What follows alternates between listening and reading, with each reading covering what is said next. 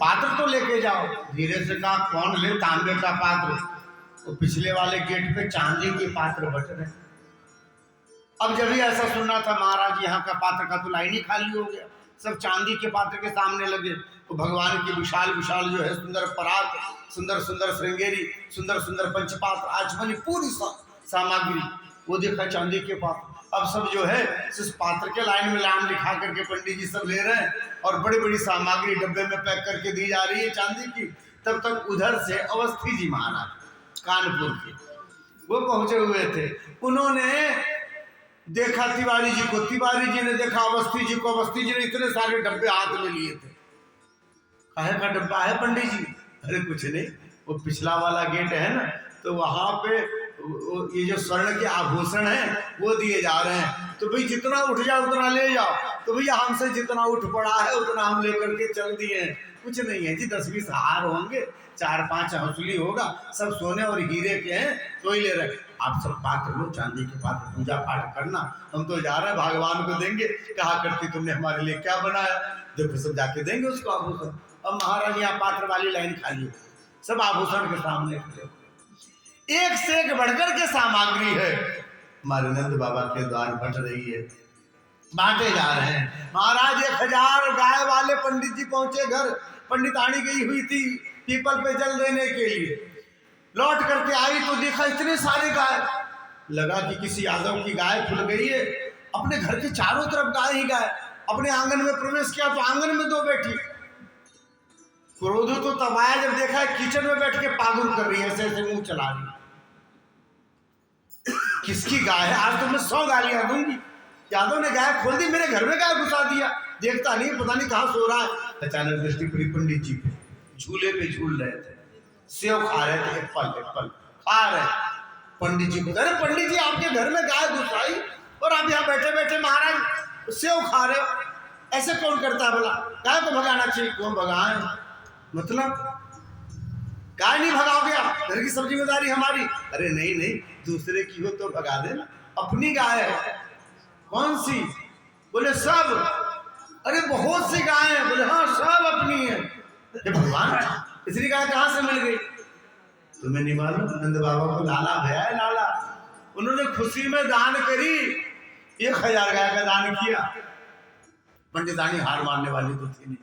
उसने कहा पंडित जी 1000 गाय दिया, नंद बाबा जो हैं सो हृदय के उदार हैं, अपनी तो स्थिति समझ लेते। 1000 गाय रखोगे कहाँ? बोले नंद बाबा सोचेंगे। खिलाओगे क्या? नंद बाबा सोचेंगे। अरे दूहोगे कैसे? बोले नंद बाबा सोचेंगे। सेवक की व्यवस्था, गौचारण की भूमि, सब नंद बाबा कर रहे हैं। फिर भी पंडितानी हार नहीं मानने वाली थी। फिर भी लेते समय सोच विचार करना चाहिए। पंडित जी ने कहा सुनो देवी, हमारे मन में एक विचार आया। बोले क्या? बोले हमने विचार किया कि हमारे ससुराल में जो हमारे साले सब है ना, निकम्मे, निखंड, बेकार, घर बैठे हुए आलसी, ऐसे हमारे साले सब। देखो जी, हमारे भाइयों को कुछ भला बुरा मत कहना, कैसे भी है मैं तो उन्हीं को राखी बांधती हूँ ना, उन्हीं को भैया कहती हूँ, तो मेरे भैया की बुराई मत करना। अरे सुनो तो, पूरी बात तो सुनो। तो मैंने विचार किया कि मेरे साले सब निखट्टू, निकम्मे, आलसी, बेकार के दिन भर बैठे लोग, उन्हें भी 500 गाय दे देंगे। जो 500 गाय दे देंगे तो उन्हें भी घी, दूध, मक्खन, मलाई सब खाने को मिलेगा, बुद्धि बढ़ेगी, ज्ञान बढ़ेगा, कुछ करने लायक हो जाएंगे। अब मायके की बात हुई तब तो पंडितानी प्रसन्न हो गई। पंडितानी कहा सुनो जी, आपने पहली बार जीवन में बुद्धि वाली बात की है, बुद्धिमानी वाली बात की है। पंडित जी ने छूटते हुए कहा, जो नहीं पहली बार नहीं, दूसरी बार। बोली पहली बार कब की थी? जब आपका पाणी ग्रहण स्वीकार किया था। अरे राम राम, पंडितानी तो खुद से फूल गई। अच्छा सुनो जी, आप तो ऐसे ही बोलते रहते हो, मैं भी जाती हूँ और नंद बाबा को बधाई दे करके आती हूँ। और उसने अपनी सामग्री सब सजाई, थाल में वस्त्र बदले और चल दी है नंद बाबा के आंगन की तरफ। ये जा रही थी, रास्ता तो पूरा सुना महाराज, पूरा ब्रज उठ करके गया हुआ नंद बाबा के आहते में, तो वहाँ लाखों की संख्या में है। सुने रास्ते में अचानक देखा कि बूढ़ी मैया, मोटे ऐनक वाली, बिना दांतों की, लाठी टेकती हुई जा रही है। उन्होंने देखा, सोचा कि इसे यदि टोकूंगी तो बड़ी देर तक बात करेगी। एक तो बुढ़िया सुनती नहीं है, बिल्कुल बहरी है। और उसमें भी मशीन यदि लगा के नहीं आई होगी तो कई बार को तो समझेगी नहीं, हमारा टाइम बर्बाद करेगी। धीरे से उसके बगल से निकली। जब भी बगल से निकली बूढ़ी मैया को मोटी ऐनक में दिख गई। अरे पंडितानी, ओ पंडितानी, आवाज लगा। अब क्या करे, मुड़ के आना पड़ा। क्या बात है दादी? हाय राम, बड़ी सवर के जा रही, कहाँ जा रही है? आपको नहीं मालूम? कुछ बोली तो आपको नहीं मालूम? हाँ नहीं मालूम तभी तो पूछ रही हूँ, उठ पड़ती है ना। लाला भैया, लाला। हा? काला भैया? अरे बुढ़िया कान दो। लाला भैया है, लाला। कान में बोला। नीचे से ऊपर तक देखा पंडितानी। बोला तुझे देख के लगे ना कि तुमको लाला भैया है? अरे मुझे नहीं बुढ़िया, कान दो। यशोदा को। हाँ? वो नंद बाबा, वो यशोदा। अरे मुझसे मुश्किल से 2 साल छोटी होगी, मैं 85 की हो रही हूँ, मुझसे 2 साल। अभी लाला भैया? बोले हाँ। हाय राम, मैंने लगता है इसी समय के लिए मुझे भगवान ने जिंदा रखा था कि मैं लाला का मुख देख सकूं। मुझे भी लेती चल, मैं भी लाला का मुख देख लूंगी, यशोदा को बधाई दे दूंगी।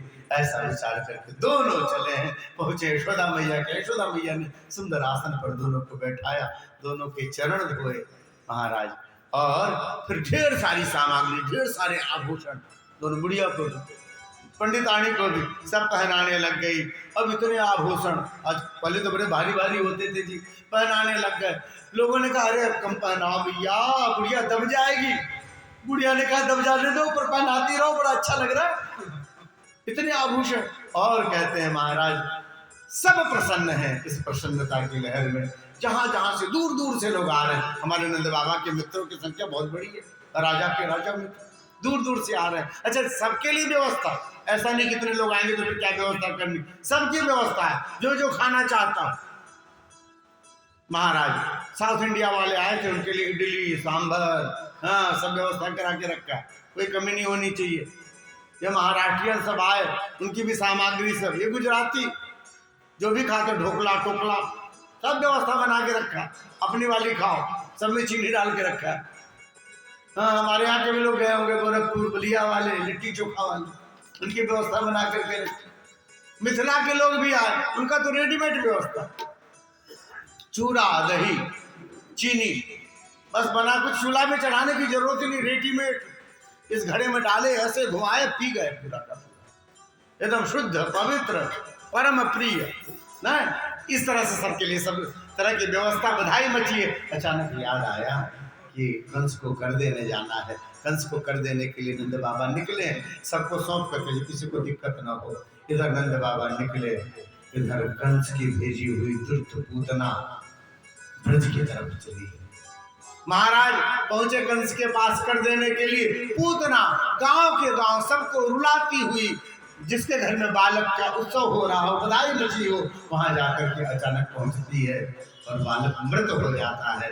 यह पूतना लोगों को रुलाते हुए अंतिम में ब्रज में पहुंची। देखा पूरा का पूरा ब्रज सजा हुआ, सब मार्ग सजे हुए, गलियां सजी हुई, द्वार सजे हुए, तोरण द्वार बना हुआ, बंधनवार लगे हुए।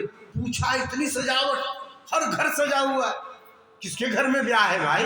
पूरा का पूरा ब्रज सजा हुआ, क्या बात है? कोई दिख क्यों नहीं रहा? एक बूढ़ा व्यक्ति दिखा। भैया ये कैसा उत्सव है? रूप बदल करके, रंग बदल करके आई थी, आपको नहीं मालूम? अरे हमारे नंदराज जी क्या लाला भैया, लाला पूरा ब्रजवासी, पूरा गांव उन्हीं के दरवाजे पे है। क्या दिन क्या रात, कोई लौटी के नहीं अपने घर आ रहा, सब वही नाच रहे, गा रहे, खा रहे, पी रहे, मौज मना रहे। अब तो आंखें चढ़ गई इसकी, हो न हो मेरे कंस का यही काल होगा। स्वरूप सुंदर बनाया और बना करके पहुंच गई यशोदा मैया के पास। सब गोपियां चकित हैं, यशोदा चकित है, इतना सुंदर किसी को देखा ही नहीं। बनावट में बड़ी सुंदरता होती है, इतना सुंदर देखा नहीं। देखा भगवान कृष्ण को, देखते ही मुग्ध हो गई। वह श्याम सुंदर का स्वरूप, वो घुंघराली हल्के, सुंदर पीत पीतांबर झुगलियां पहनाई हुई, बड़े सुंदर सुंदर कड़े पहनाए हुए, बड़ा सुंदर सुंदर पाँव में कड़े, बड़ा बहुत पतली सी पायल बनाई कन्हैया को, बड़ी पतली सी करधनी, कटिसूत्र बनाया हुआ, एक बड़ा सुंदर छोटे छोटे मणियों का हार बनाया हुआ। जो कन्हैया को देखा चंदन के लकड़ी के झूले में बड़ा सुंदर मणि युक्त वह झूला, उसके ऊपर बड़ी सुंदर सी फेन के समान गद्दी, और हमारे ठाकुर जिनके ऊपर राई का तकिया लगाया हुआ है ना, बालक को लगाते हैं, राई का तकिया लगाया हुआ। जो देखा मुग्ध हो गई, अपना स्वरूप भूलने लग गई। जब ही देखा भगवान को, भगवान कहते हैं कि जो व्यक्ति मुझे जब भी प्राप्त करता है उसका पिछला पूरा का पूरा जो है वह सब नष्ट हो जाता है, व्यक्ति अपने स्वरूप में आ जाता है।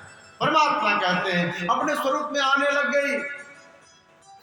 झट से कन्हैया को उठाया, उठा करके भागी है बगीचे की तरफ। सब पीछे दौड़े, वो तो राक्षसी है, उड़ सकती है, भागती हो गई बगीचे में और जा करके विशाल स्वरूप बनाया अपना। भगवान कृष्ण को हृदय से लगाया और छाती में विष लगा करके आई थी। दूध पिलाने लग गई, दूध पिलाने लग गई। परमात्मा भी ऐसे हमारे भोले वाले आंख बंद करके दूध पीने लग गए। अब यहाँ पर संत कहा करते हैं, जो पुतना ने आंखें क्यों बंद कर ली भैया? तो कुछ भक्तों ने चर्चा करी इसलिए आंखें बंद कर ली। भगवान ने कहा ये तो बड़ी पापनी है, ये तो बच्चों को मार के खा जाती है, जीवन भर इसने रुधिर पिया, खून पी करके जीती है। इस पापी को जब मैं संतों को नहीं मिलता, योगियों को नहीं मिलता, इस पापिन को मैं कैसे प्राप्त करूं? ये मुझे हृदय से लगा करके दूध पिला रही है, भले किसी भावना से पिला रही हो, इस पापनी को मैं कैसे प्राप्त हो गया? इस जन्म में तो इसने कोई पुण्य किए नहीं, लगता पिछला जन्म कोई ऐसा रहा होगा जो मुझे प्राप्त करने में सहायक हुआ हो। भगवान आंखें बंद करके पिछला जन्म देखने लग गए, किस पुण्य से मुझे इसने प्राप्त किया। एक ने कहा नहीं ऐसी बात नहीं। फिर क्या बात है? बोले भगवान जो है इसलिए आंखें बंद कर लिए कि भगवान ने कहा कि हम यहाँ आए हुए थे माखन खाने के लिए, दूध दही पीने के लिए, और ये तो आते ही मुझे विष पीने को मिल रहा है। अब इस वाला डिपार्टमेंट हमारा थोड़े ही नहीं, ये तो भोलेनाथ का है, नीलकंठ महादेव का है। तो आंखें बंद करके भगवान भोलेनाथ का ध्यान करने लग गए। कहाँ रास्ते उनके हृदय में, बाबा हम यहाँ पर आए थे दूध पीने के लिए, दही खाने के लिए, माखन खाने के लिए, विष मिल रहा है, आप संभालो। हृदय में ही तो है बाबा। और उन्होंने संभाला, वो विषपान करने लग गए। भगवान से कृष्ण के हृदय में रहते भगवान भोलेनाथ उनका ध्यान करने लग गए। एक ने कहा ऐश्वर्य में क्यों जाते हो?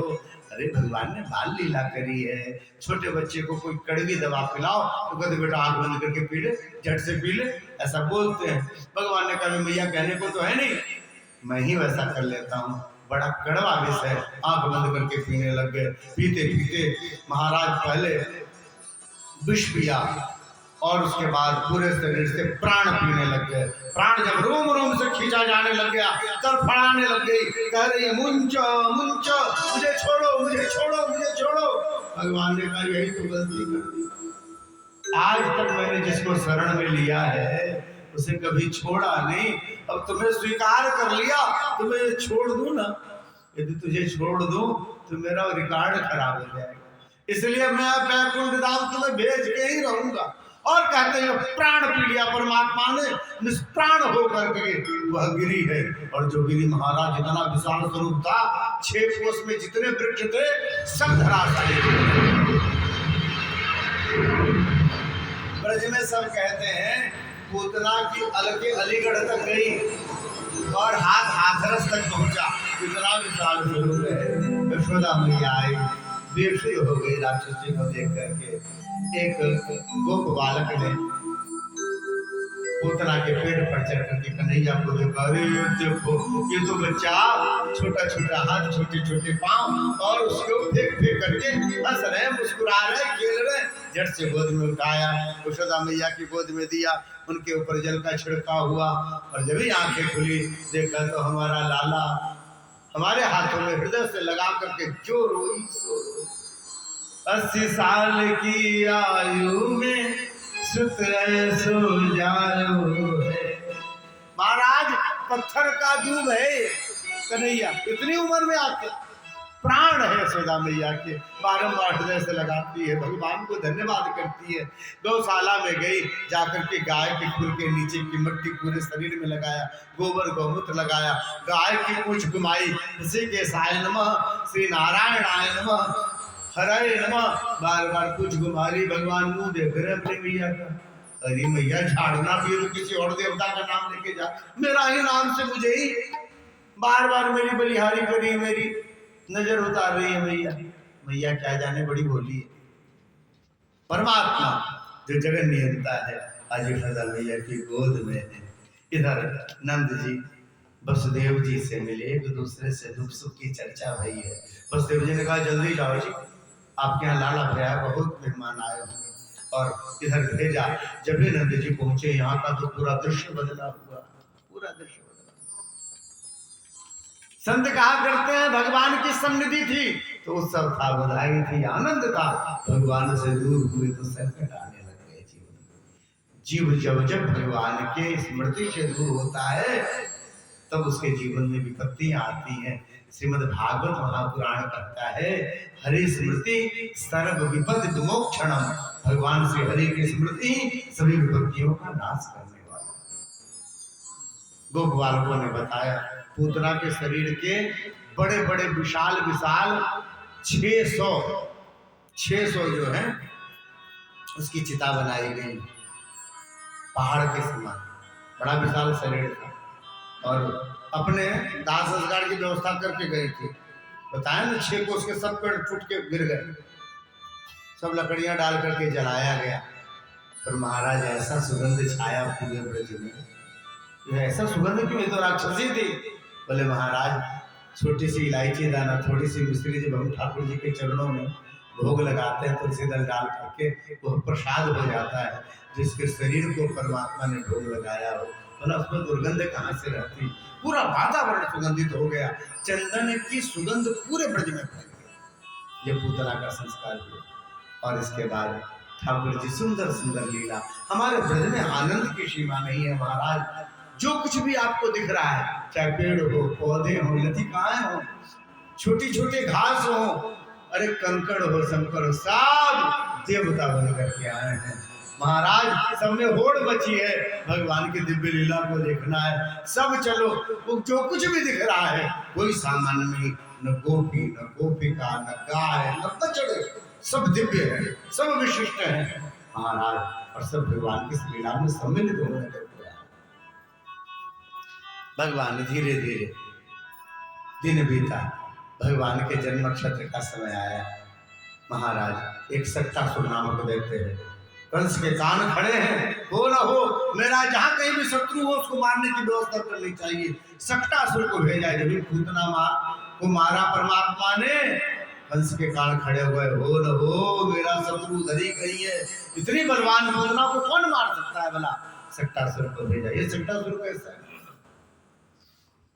महाराज भगवान श्री कृष्ण जिनको सुंदर पालने में रख करके जब गोपियां आती हैं बात करती हैं तो उस बातों के क्रम में भगवान की नींद बार बार खुल जाती है।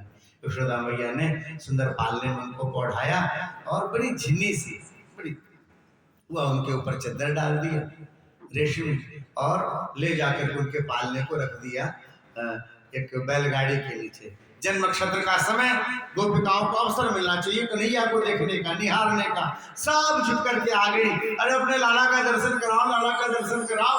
अच्छा छोटी मोटी बात भी हो तो गाते हैं, मन लगता है। सब ढोलो लेकर के बैठ गई और कहीं हमें लाला का दर्शन कर। अभी लाला सोया, फिर लेकर के आऊँ, फिर जग जाएगा, फिर बड़ा मुश्किल से सो पाएगा। आप एक बार गा लो, उसके बाद तब तक लाला यदि जग जाएगा तो आपको दर्शन करा देंगे। हमने वो देखो बैलगाड़ी के नीचे रखा लाला को, इधर उधर की आवाज न जा, आराम से सोता रहे। इधर माई जी लोगों ने गाना शुरू किया, जितने भी गोपिकाएं हैं उन्होंने गाना शुरू किया। यशोदा मैया देख रही बार बार उस पल्ले को, बड़ा भारी बैलगाड़ी जिसके नीचे ठाकुर जी को रखा। घर गृहस्थी में होता है कोई सामग्री आप रख दो, कोई कुर्सी भी किनारे रख दो, यदि 4 दिन ना हटाओ तो थोड़े दिन उस पर टावल रखा मिलेगा, फिर कोई दूसरी चीज मिलेगी, कोई दूसरी चीज मिलेगी, उसके ऊपर सामान का ढेर लग जाएगा। ऐसा ही घर गृहस्थी का घर। महाराज बैलगाड़ी बहुत दिनों से है, 4 बैल जब उसमें जुटते हैं तब चलता है ऐसी भारी बैलगाड़ी। तो उसके ऊपर सामान भरा पड़ा, उसके ऊपर सक्तासुर बैठा हुआ टो ले रहा है भगवान को। ध्यान से देख रहा, हो न हो ये चमकता हुआ बालक यही हमारे मालिक कंस का शत्रु होगा। इधर गोपिकाएं गाने लग गई, हाँ अज जी पलना में ललना झुलावे, हाँ पलना में ललना झुलावे, यशोदा मैया पलना में ललना, पलना